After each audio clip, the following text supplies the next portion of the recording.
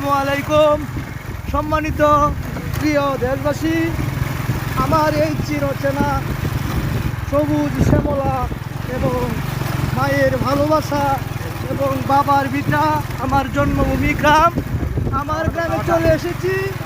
এবং এই যে দেখেন সামনে যে একটা ছেলে বসা, এটা কিন্তু আমারই ছেলে, কিন্তু আমার চাচা লাগে।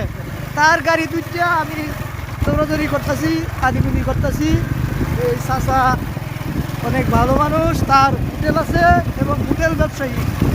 ঢাকা আন্তর্জাতিক শেরাটন হোটেল, যেটা ওই হোটেলের সে এজেন্ট, এবং সেই হোটেলের বুকিংয়ে আমাদের উলামাকান্দি গ্রামে আরেকটা হোটেল চলতেছে।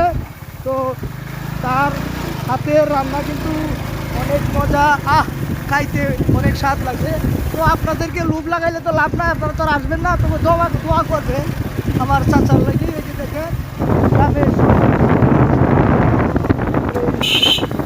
ভূমি এবং ধানে ঘানে ফসলে মাঠে কি অদ্ভুত